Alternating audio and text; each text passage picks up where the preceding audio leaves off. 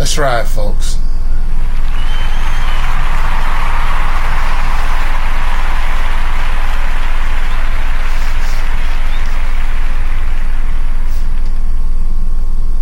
Hey, good afternoon on this Saturday, September 17th, 2016. This is your main man. This is the O'Mason Show with your beloved host here, Mr. O. Once again, the original Knight Rider, the original Dark Knight, the real Dark Knight, the real Black Knight, put it that way. And welcome to my very first episode. And I told y'all it was coming soon on Saturdays, calling it Historical and Economic Saturdays, and I'm going to set it off right with this. As you can see at the title of my podcast, it's titled, see the picture of the book, $40 Million Slave. Great book by one of the gentlemen I got pictured there in the lower right hand corner, William C. Rhoden. And I know people who's probably listening to this or listening to this or looking at the picture via live through Facebook, Twitter, YouTube, Tumblr, and SoundCloud. You also see a picture of Nation of Islam leader and Honorable Minister Louis Farrakhan. And I'm gonna get to that in a minute, because I want to talk about the title of it, like you know, about the podcast is using your cerebrum instead of your physical prowess. Now, you're probably asking yourself, what the hell that mean? Well, this is Historical and Economic Saturday. And the thing is, I'm basically calling out, the black athletes and the black entertainers, which basically, they have been mostly like an influence to a lot of our kids and an inspiration to maybe young adults as well as people my age or whatever like that. Through like their success, whether they're in the NFL or in the NBA or Major League Baseball, because basically, let's just face it, we dominate in anything, in any field of sports. Golf was the only thing they had left, and now we got that thanks to Tiger Woods, even in hockey. But I'm gonna preferably stick with the NFL or NBA, because NBA, we know for a fact that over 80% of the players that are in that league are mostly black, as well as the NFL, which is about 60%, and they're mostly black. And not only just the athletes, but I'm also calling out the entertainers too, because I hate using the word sports, athletes and entertainers, because after all, sports is entertainment. And Minister Louis Farrakhan had brought up a very good point about something that I was doing my research this morning, and I want y'all to go ahead. I want y'all to listen to this, and I'm gonna go ahead and I'm gonna come back with my commentary on a few things too, to see the point where I'm going at. Are rich slaves. See, now this is real. I watched you when it's time to go to the draft. I saw you running up and down, showing how fast you could make the turn. I saw you catching passes. I saw you doing things to show the owners, who are Jewish, that you had the physical prowess. Come on now. Yes. What is my bid for this nigga? See, they put our great-grandfathers on an auction block. Look at this nigga, he's strong. Look at his muscles. They go and squeeze our behind and say, look at him, look at him.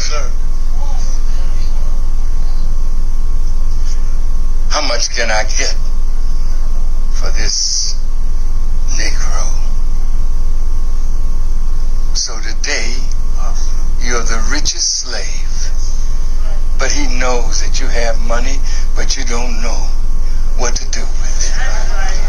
So after he uses you, till he uses you up, come on, You go and in a few years you broke. That's right. That's it. Yeah. 30 of the basketball teams are owned by members of the Jewish people. Yes, they are. 27 out of 30. Yeah, well, maybe the other 3 are hiding. Say, look, brothers and sisters, you're still on the plantation. See, the same old trick that they used with the sharecroppers. Do this, I'll give you an advance, and you pick that cotton, and at the end of the year, we'll settle up. And every time it came to settling up, we owed more. So we had to keep on picking. See, they're very wise people. Very wise. They keep you stupid. You like bling bling. Because bling bling makes you feel I'm somebody. Like when we would buy a Cadillac and have to sleep in it. We'd drive in the hood with our Cadillac, letting our other brothers who couldn't even walk hardly with Tom McCann shoes. Come on, Mr. Look at me. Look at me. Because everybody wants to be somebody. Come on now. And you thought that by having the finest car, wearing the finest clothes, buying the most expensive shoes, that you now had become somebody. Okay. That was Nation of Islam leader Louis Farrakhan.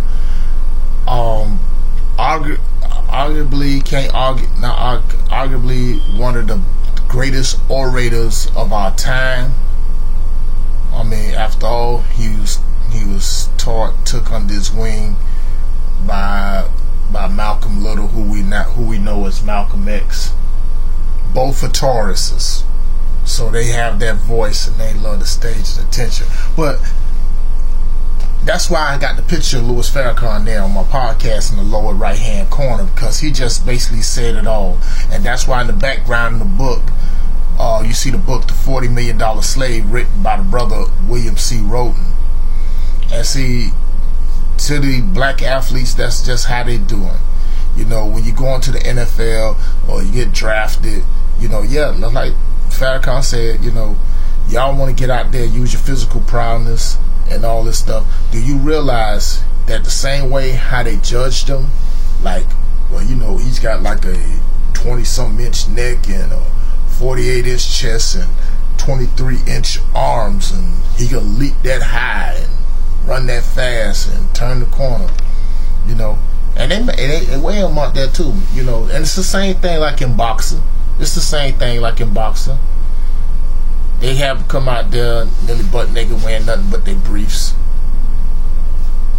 weighing them, measuring them, doing all that. It goes right back during to the slavery times. Still on the auction block.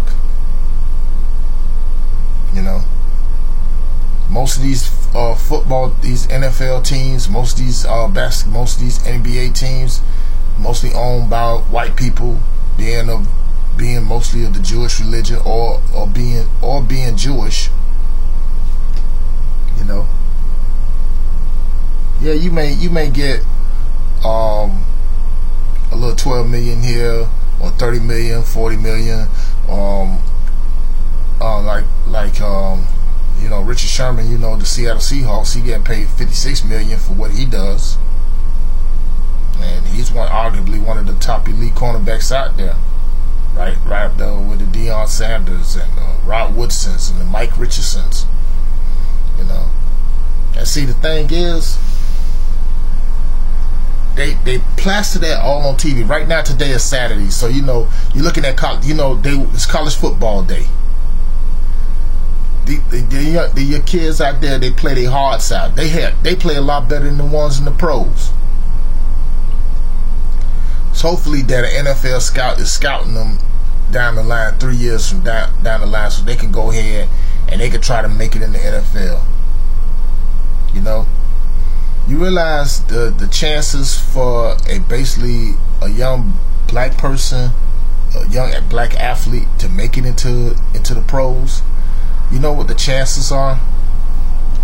It's basically let me see if I got my numbers right. I'm just gonna take a guess. It's two, maybe like 2 or 5 chance of that. And then on top of that, like, you know, the lifespan of a pro football player is like 3 to 5 years. You know, even in college, or even before you get to the pros and even get in there, you know, all you got to do, you tear Achilles tendon or an anterior cruciate ligament in both your legs, then what? You know, they're not. You ain't got no value to them no more. You know, and that's all they look at you as. Them owners look at you as a value, and then they turn around there and they just put you out the pasture. Or it's no different than it is with horses. When that horse can't run no more or do it like that, they put him out the pasture. Or back in the old days, with the so-called white man, what you do when they use with a horse that can't run no more, can't do his job no more, they take him out in the backyard of the barn and shoot him. Same way how they breed racehorses, the same way how they breed these black athletes. But the illusion that they post out there to the kids, to the youth, and don't get me wrong, if the kids your kids love to watch sports. I like to watch sports myself. I mean, I'm a diehard Chicago Bears fan, and you know. But you also have to realize too that you also have to use your noggin a lot more than they can flex your muscles. Because I know what goes on in the territory with that. You get drafted by a pro team, first round, third round, you'd probably be in the starting lineup, or you just wait like a couple years or whatever. And then on top of that, you get a nice little contract and all that, get millions of dollars. Yeah, you well compensated for so and so like that. But it's just like what Farrakhan said, you know, you got that money, you don't know what to do with it. The first thing cats gonna get out there to do, they're gonna get out there and buy a whole bunch of bling. You're gonna go ahead and try to buy you a Phantom. You know, $300,000, $400,000, $500,000 car, and your base salary is about what, 100K? Come on. Or try to buy a nice big house out there in an upscale white neighborhood, or closer even here, or try to buy a nice house over there on Williams Island, or Star Island, or Fisher Island, or, you know, over there on South Beach somewhere, you know, and want to drive through the hood, through Overtown or Liberty City, or Little Haiti, in the Phantom and all that, just to show the other Negroes that, oh, you know, look at me, look at me, look at me. But the thing is, I don't see really none of these athletes or entertainers for that matter giving nothing back to the black communities, or not even, more importantly, not even using their heads to try to put something in there that would benefit us economically. You know. Now, as far as the entertainer, now one thing I would give P. Diddy, I give Diddy credit. He opened up a new school, I think a charter school, like in Harlem somewhere, like that he owns and all that. I give him that. I'm gonna give Diddy that. You know, I had the pleasure of meeting Diddy one night at one of his favorite hangouts in South Florida. You know, and we will remain that anonymous. So yeah, I would give him that. But my point is, it's like this. We have to start, as a people, we have to start doing, if you think what I'm talking about is irrelevant, or think I'm talking about is wrong, go to YouTube or whatever and go in the comment section. You know, at the same time, my chat room is also open too on Spreaker.com on the app. You download that app and all that, because I'm on live right now. Or you can go to SoundCloud. I'm broadcasting live there too. Twitter and Facebook and Tumblr. And you want to comment on that, you know, I ain't got no problem with that. But why I'm bringing up the history about like this when it pertains to PU, I'm going to ask, okay, what it's got to do with the Moors? It's got everything to do with the Moors. The Moors ain't go through all this. They ain't had to do none of that prior to slavery. Because let's keep it 100. Let's keep it 100 in case you don't know your history. Prophet Noble Drew Ali had always said not all of us came over here on a slave ship, not here in North America, because we was always indigenous here. Let's just keep it 100 on that right now. You know, anybody that want to consider me a liar, then prove it. Because when the Moors, when we ruled for over 1,100 years in 711, and came up in there and built up in Spain and Italy and the Iberian Peninsula, we were doing a lot of the stuff. We were doing a lot of the stuff. Hold on, excuse me 1 second. Who the hell is this?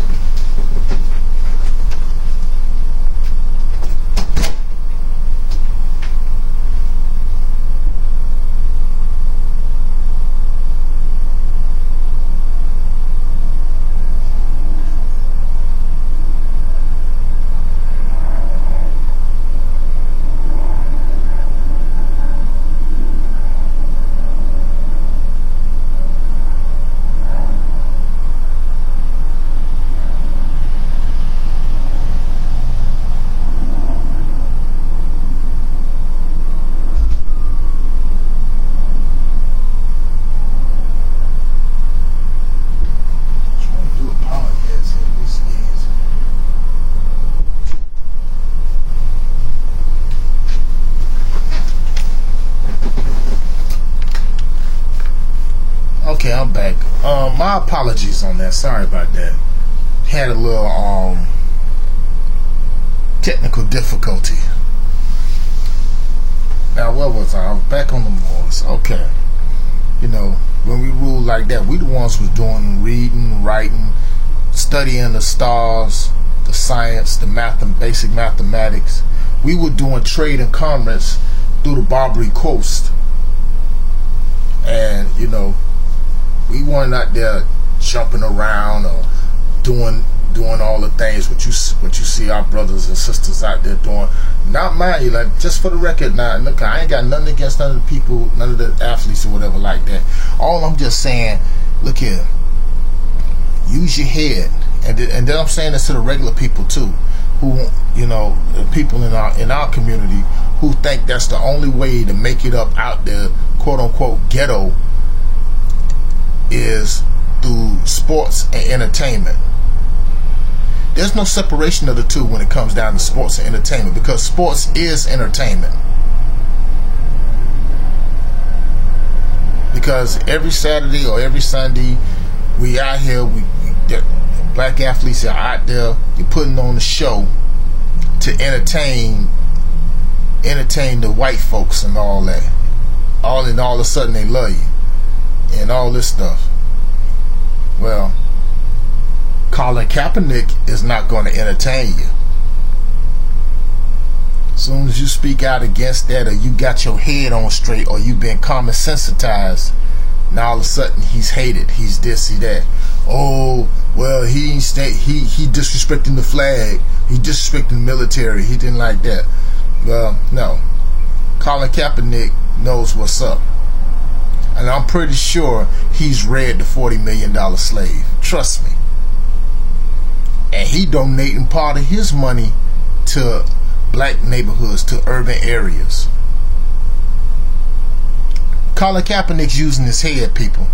A lot of the other black athletes need to start taking notice. You know, Russell Wilson. You know, James Harrison. Jerry Rice. All those guys who've been radicalized by kissing the ass of white supremacy and want to keep the status quo going and want to hail against Kaepernick. Kaepernick knows exactly what's going on. And a lot of us need to start thinking like how he thinking. Let's start thinking like the Moors. Start thinking like how Noble Drew Ali. You know what I'm saying? Because let's just face it. See, they breed you guys like racehorses. And it starts not just the collegiate level. This comes all the way as far as Pop Warner. I'm talking about football right now. And the same thing like with basketball too. It probably comes from the YMCA Boys and Girls Club all the way to high school, then the college, then the pros. You know, look at the skill of hand-eye coordination. How fast he go down and dribble the ball. Look how high he can get up there and dunk like Michael Jordan or Vince Carter or Dr. J.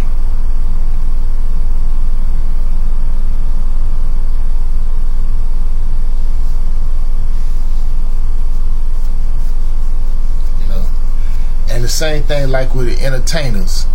When the other day I was watching Undisputed with Shannon Sharp, power to the people, brother, and Skip Bayless, they had Lil Wayne on there. And like I told a colleague of mine, I could only watch that thing for 5 minutes because and see, like with the entertainers here, a lot they'll influence on a lot of our kids too. See, this is how they want our kids to be, like that idiot there.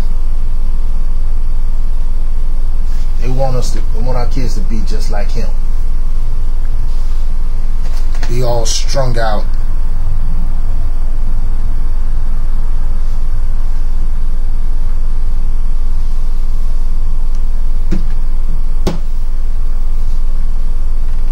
Drugged up. Don't have no recollection of your history, no knowledge of self, and thinking that he making all this money by going ahead and saying denigrating things, calling our women's B's and H's, da-da-da this, da-da-da that, talking about really unnecessary stuff, when he could be using the music and all that to try to uplift the youth, to tell them that, hey, you could still get out here and do your thing by being an entrepreneur, being your own boss, being this. And that's what the Moors was trying to do, was doing. But the Moors lost their way because the fact of the matter, and it says so, that, you know, we failed as a people because we didn't honor the creed and principle of our mothers and fathers. Something similar says that too in the Bible as well for all my religious folks. And that's why the title of the Moors was taken away from us, and the European dubbed us as Negro, colored, black, and African American. Then you introduce the Negro codes, the Christian black codes, you know, and everything so like that to keep us subjugated.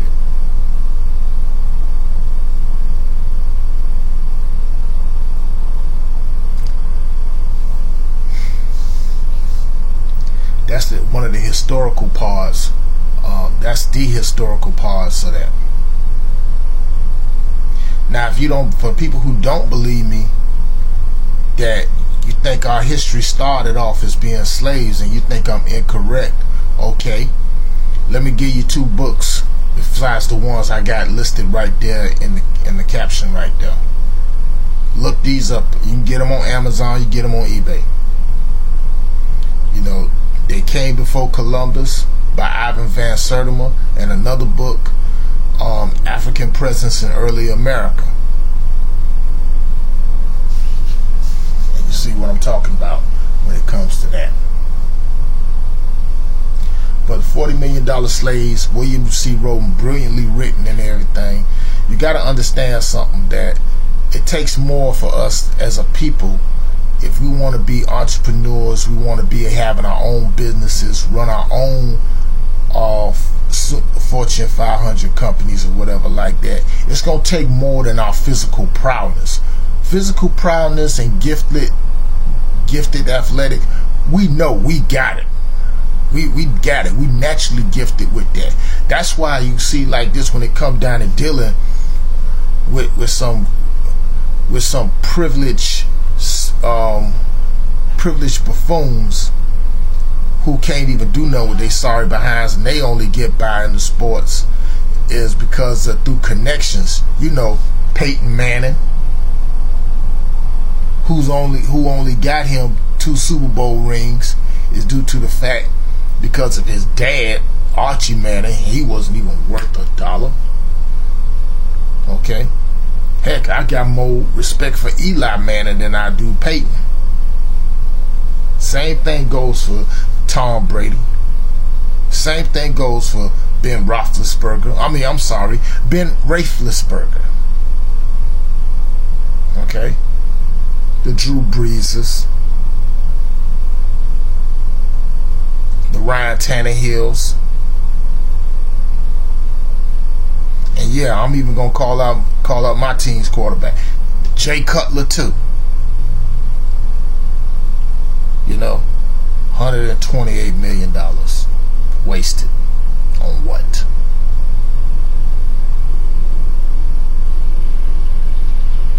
You know. But meantime, you got brothers in there that start raising hell in that quarterback position in the NFL, like with Joe Gilliam before Terry Bradshaw got in there back during the 70s. Vince Evans, you know, who was the quarterback for the Bears before the Bears when they drafted Jim McMahon. And don't get me wrong, McMahon was a bad boy. You know, he did what he's supposed to do. You know, Doug Williams, who broke the thing. He was the first black quarterback to win a Super Bowl. But they ain't give him no credit after that. They made sure they didn't want to see that again. But Doug Williams ended up getting his head on straight. Afterwards, he left the NFL. He became a coach now. He's a coach now. I think down at Grambling State University, if I'm not mistaken, or Pop Warner. I'm not exactly sure. Anybody that know that, correct me on that. You know. But this is what I'm saying to the youth and to the ones under me and everything. If you got a scholarship to go ahead to go into university, I ain't got no problem with that. Get higher learning, do it. I'm very big when it comes down to education. But you got to understand, you know, it's going to take more than athletics or being in the studio laying down some tracks so you can get out there and hopefully make an album that'll go triple time platinum. You're going to need more than that. Tupac talked about that several times. You know, because if anything, what we need in community, because like Pac said it himself before his untimely demise, one of the things he said he wanted to do was either be a lawyer. He said he wanted to go into politics. And who will argue with the great Tupac Amaru Shakur? Who could argue that? But Pac was deep, man. Pac used his head. You know, he was not there going, you know, he wasn't no athlete or nothing like that. Although he's got the body, had the body for it.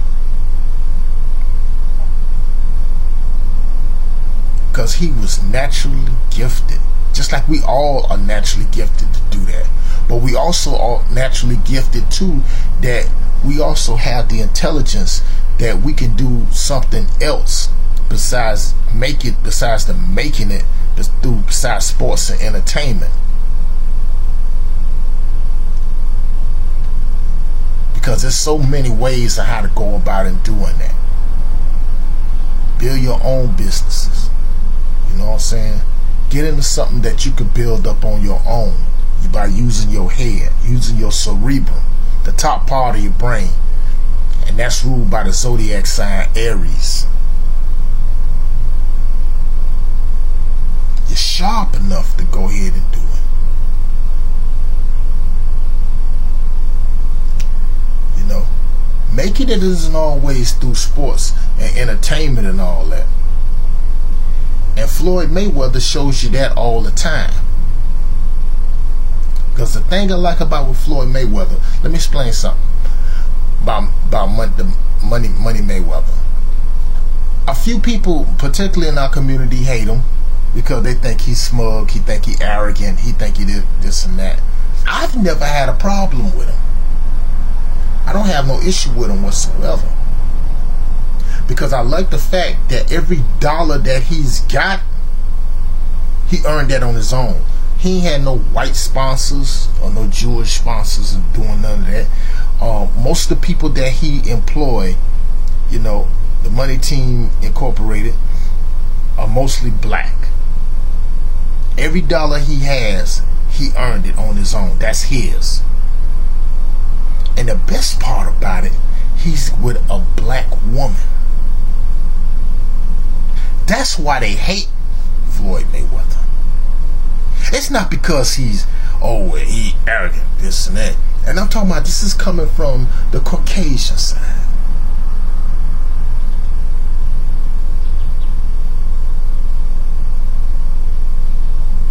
But at the same time, Mr. Mayweather too needs to be put under a microscope and put under scrutiny.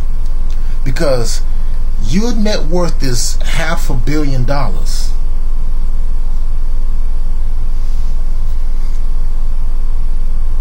And these guys need to stop going ahead and putting their money where their mouth is. This is exactly what Jesse Williams was talking about at the BET Awards. You know, everybody want to pray to get paid, pray to get brands put on their bodies. When even back in slavery times, you already had brands put on your body by the slave master, by the plantation owner. And see, to the black athletes, whether y'all know it or not, and to the black entertainers, the musicians, the Lil Waynes, the Meek Mills, the Drakes, and the Game, and all them, whether y'all know it or not, y'all still on the plantation. Because when it comes down to a record label or having your own record label, who still hold the masters to that? Okay? Dr. Dre think he had Aftermath and he wants to think that it's his. It's not. Jimmy Iovine still holds the masters today. Now I know a lot of people back in the 90s wanted to go ahead and hate on Death Row and hated on Suge Knight, but let me tell you something about that brother. At least Suge Knight was, at that time, was the only one who owned his own masters. I can't quite say that now because he got led astray. And being led astray, that's what ended up getting Tupac killed. They also end up getting Biggie killed 6 months down the line. You know. And to the entertainers here, and Snoop Dogg, I haven't forgotten about you. Because you guys got to get called out. Because, you know, y'all still on the plantation. But with you rappers, it's far more psychological than it is physical. Because now you want to think the rap game is about Young Thug. Lord have mercy. Young Thug. The vitriol that comes out some of these guys' mouth is more than I can stomach.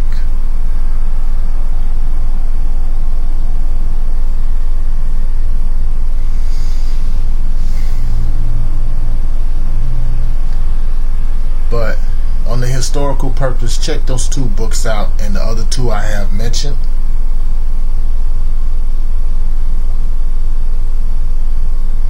As well as also get the ISIS Papers as well. That's another book I highly recommend by Dr. Frances Cress Welsing. May she rest in paradise. Because whether you want to play it or not, white supremacy does have a lot to play into this. See, the reason why most white people right now, around the country why they can't stand, they hating on Colin Kaepernick, is because Kaepernick ain't finna get out there and shuck and jive. He ain't finna run and jump and do all this for y'all. No. Not when there's a lot of social and racial inequality and social injustice going on out there. And he say, I'd rather go ahead and sit down and protest about the police brutality done to our people. But then here's one thing when it comes down to what these Peckerwoods gonna get out here and say. They say, well, he making like $11.9 million per season, $115 million. How is he oppressed? They always want to try to use the money as an excuse. He don't need that money. He already told you, made it very clear that if you take football and my endorsements and everything away from me, I'm still gonna be alright because I knew I stood for something that's right and true.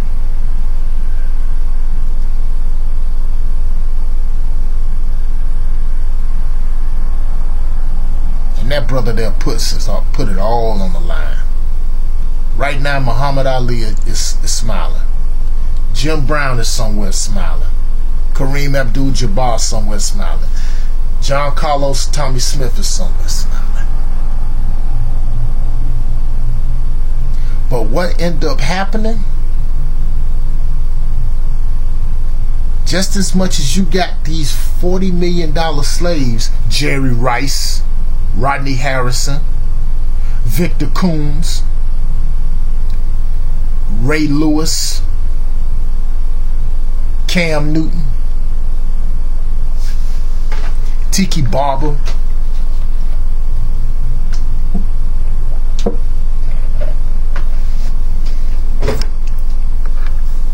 going ahead and being attack dogs for massa.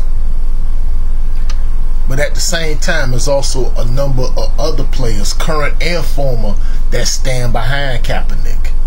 Kaepernick is using his head. He's got his head on straight.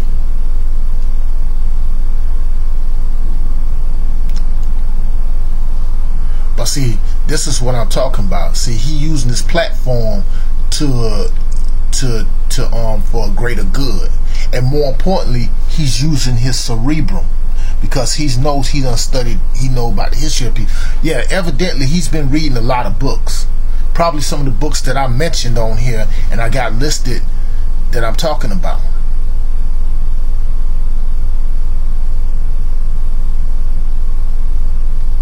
Because see, when you hear backwoods hillbilly redneck mediocre sorry butt quarterback, former quarterback Trent Dilfer, saying in code, and I quote, man, he just need to shut up and sit down. You're a backup quarterback. Backup quarterback, basically he's saying in code that, you know, that we're just second class citizens. And it was right there at that moment I seen the look on Randall Moss's face. Randall Moss wanted to slap the living shit out of Trent Dilfer, and I was saying, Randy, go ahead and do it. Go ahead and do it, my brother. Trent Dilfer better be lucky that didn't happen. Oh, but he didn't just leave that broadcast booth unscathed. Charles Woodson, shout out to Charles Woodson, you know, former Silver and Black, eloquently put him in his place, checked him. Trent Dilfer doesn't need to talk. You wouldn't have never got a Super Bowl ring in 2000 if it weren't for these same second-class citizens that blocked for you. And you basically really got your ring off of probably, arguably, one of the best defenses I've seen since my beloved 1985 Bears. So, Mr. Dilfer, you could take that, being the backwoods redneck hillbilly jackass that you are, You need to take several seats and shut up. But I'm not here to talk about Trent Dilfer. Trent Dilfer is the furthest thing from my mind, but I just wanted to address that. And I hope he's listening to that as well. But I wanted to address my people, the younger generation that's coming up. Try to use your head to apply yourself to other skills, so you can go ahead and build off on that. Forget about sports, forget about entertainment. If that's what you love to do when you was a kid, that's fine. If you got a scholarship to go ahead to attend a Division 1A university, then go ahead and do it. But do it to get the education instead of athletics. That should be second and third. Because see, you could last a lot longer using your psychology rather than going ahead and running up and down the field 50 yards to make a turn to catch a pass, done shuck and jive a defender to score a touchdown, or to pick off an interception, or to run for like close to 100 yards. We're better than that, because whether you know it or not, y'all still on the plantation.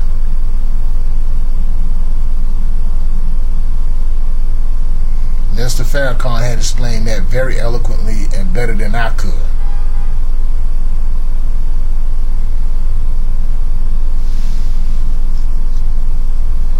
That's how we go ahead to start, is you change the process of thought. That's how we start to go ahead to rebuild hashtag Black Wall Street 2016. That's how we go ahead and rebuild hashtag Rosewood 2016 and beyond. Okay? And on that note, I also support the Bank Black movement too. Start going ahead and bringing that money, putting that money in our own community. Keep the black dollar circulating. Because in order to know a thing about, you got to know about economics. And here's another book that I recommend too. And this is one by Amos Wilson, The Blueprint to Black Power. That talks about black economics too. Now next Saturday, I think I'm going to have a friend of mine that's probably going to contact me via Twitter, but I'm going to have to get in talks with him about it. He used to be a financial planner, because see, a lot of people don't know nothing about economics and need to be schooled on that. 3 students at a college had opened up their own bank teaching financial literacy. That's something that it needs to be taught too. But a lot of the black banks are also holding seminars like that for that as well, to teach our people about that. How to use your dollars and to value the dollars wisely, instead of going here and buying Jordans and Cadillacs and a new iPhone 7 and 7 Plus, $1,200 for a phone that to wait out there in line like fools for something that hasn't changed in over 10 years. But before I sign off, first thing first, let me go ahead and I'm gonna give a shout out to Kai's Kitchen 305. That's over here in the Liberty City area. That's 762 Northwest 62nd Street in Miami, Florida. So therefore, if y'all want to come through, you want the best Caribbean cuisine, you can hit my boy up, Kai's Kitchen. Also, let me give a shout out to Mr. Tyrone Green over at Green & Sons, who's been in established business here in the Liberty City area, serving the Liberty City area, Overtown, as well as Brown Sub area, Little Haiti area, for over 50 years to get shoes repaired and everything and so forth. And also, let me give a shout out to Rasul's Miswell. Shout out to my main man, Ronald Malik. They also been here 50 years too as well. Got to support black-owned businesses. Bank Black. Black dollars matter. Shoot, black first, baby. This is your main man, the original Night Rider, that OG, the host of The Amazing Show, none other than Mr. O. So I'm going to go ahead, sign off. I'm going to catch y'all on the next rebound. No pun intended. Hotep, Islam, peace. I say, I'm out.